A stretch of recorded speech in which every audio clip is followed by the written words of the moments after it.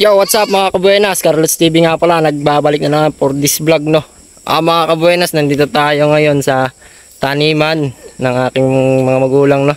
So mga kabuenas, ngayon ay ako ay nagpastol muna ng aming mga kambing. So ngayon, ang gagawin natin para sa vlog natin ay pupuntahan natin yung binalag ko nung nakaraan na pipino ng aking mga kapatid, yung mga talim na pipino ng aking mga kapatid. I-check natin kung may ano na, kung may sibol na, kung may tumubo na. So, i-check din natin mga kabuenas kung may mga patay ba o ano para mahulipan natin. Mahulipan mga kabuenas ay yun ay term namin dito sa aming probinsya. Kumbaga yung mga hindi tumubo ay lalagyan ulit ng binhi. So, ayun mga kabuenas, tara, samahan niyo ako.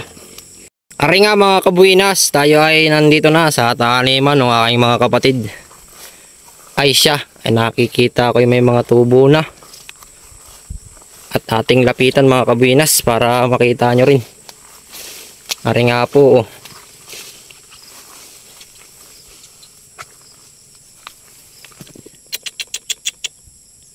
Sus, wag ka diyan. Nako ka. Aring aking aso ay baka maano yung ating mga tanim. Bali ito mga kabuenas yung ating tanim o yung tanim ng aking mga kapatid na pipino. Bali ito na, may sibol na sila. Yan, ari po, oh. Yan, mga nakalinya na yan. Sibol na po yan ng tanim ng aking mga kapatid na pipino. Yan.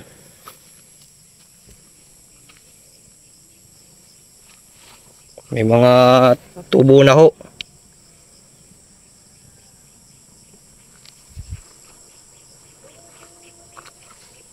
Ay marami rin ho palang hindi tumubo.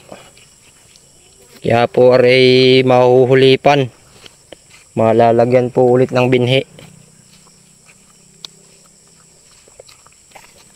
Yan po mga kabuenas ang pipino. Mamaya ho ay ipapakita ko sa inyo yung aming naging binhi dito sa pipinuhan na ari.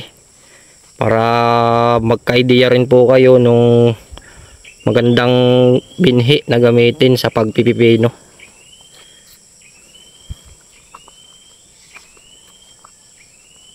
Kari po mga kabuenas.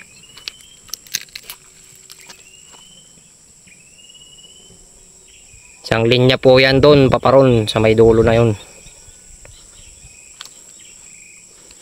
Siya po ating galain.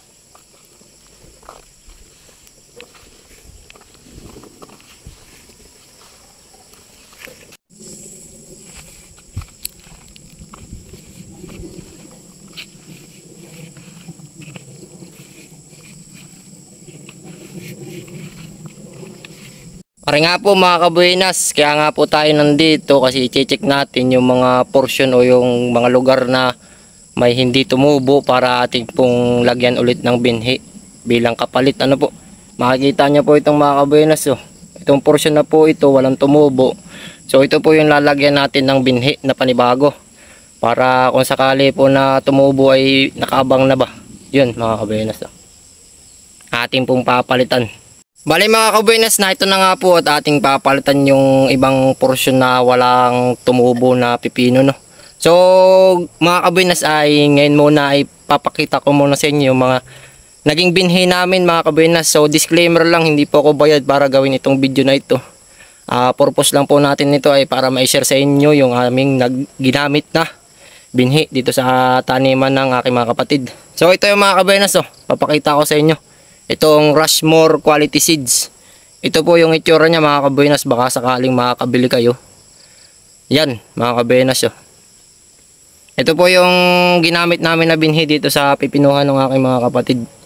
Bali ganito mga kabuenas, kuha muna tayo at ipapalit po natin dun sa walang tumubo na pipino. Ito na nga po yung ating lalagyan ng hulip mga kabinas. Bali dito po yung portion na walang so gagamitin po natin ay daliri lang kasi malambot naman yung lupa, nag-ulan. So yan, gawa lang po tayo ng butas. Bali ito mga kabinas yung fertilize, yung ipot nga ng manok. So hindi man tayo mandidiri dyan. Yan mga kabinas Bali tatlo lang yung ginawa kong butas para may space mga kabuenas. Bali mapapansin nyo, ipapakita ko sa inyo mga kabuenas itong ating binhi. Yan, binhi natin. May makikita ko yung kulay puti na parang powder na nakahalo. Yan mga kabuenas tingnan mo. Yan mga kabuenas. Yung mga puti-puti pong iyan na nakahalo dun sa binhi ay tinatawag po na carbatril. Yan po ay lason na kung saan ang po nito ay kinukontra yung mga langgam po. Bali makikita nyo mga kabinas na rin nga po yung mga salarin na langgam.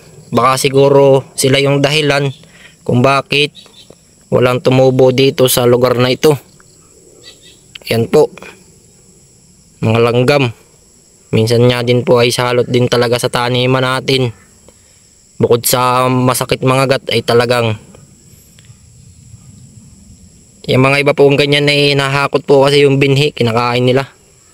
Kaya po bilang pangontra po ay nilagyan po natin ng lason na tinatawag po na carbatril. Yan po, minix na po dun sa loob ng lata para lahat po ay malagyan. Siyang ating pong itatanim na. Yan, lagay lang po natin doon sa butas.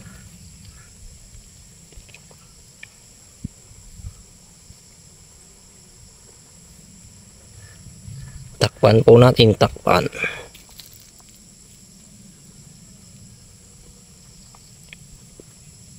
Bale mga kabuenas, ipapakita ko po sa inyo yung kalalabasan nitong binhi natin na ito. Itong ginamit natin na binhi.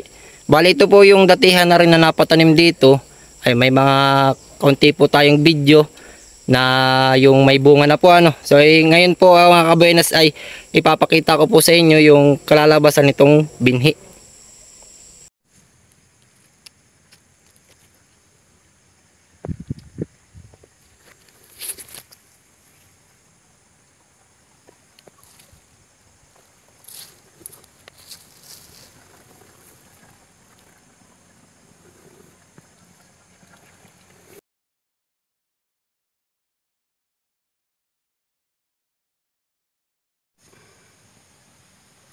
Yun, madami pang tira. Ngayon nga mga kabuenas ay aking nililibot muna, aring pipinuhan para malaman pa kung alin pa yung mga lugar na may hindi tumubo para po ating mahulipan, mataniman ulit para makahabol sila sa pagtubo So ngayon mga kabuenas ating i-check muna para isa-isa nating makita kung alin yung dapat mataniman.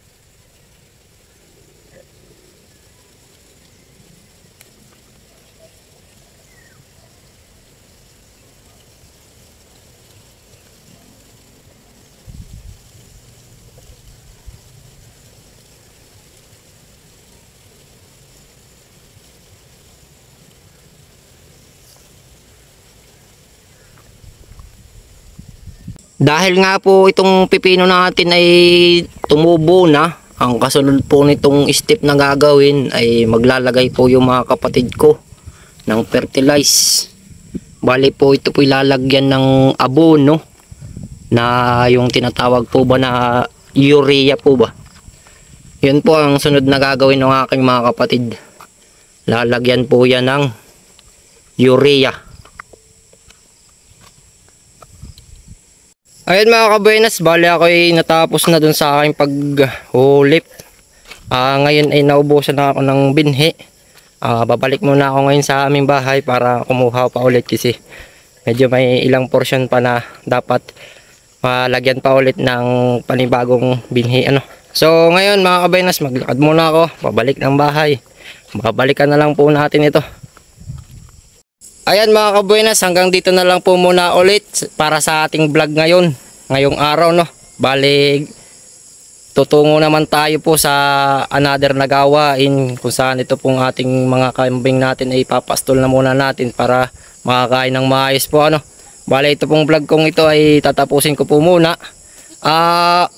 Request ko lang doon sa manonood natin, paki-comment naman kung tagasan po kayo para alam ko po kung saan nakakarating itong mga vlog nating ginagawa So mga kabuenas, kung bago ka pa sa YouTube channel ko, paki-subscribe naman po. Paki-like, share at comment na rin po ng ating vlog at video. Yun lang po muna sa akin mga kabuenas. Maraming salamat po. Ingat!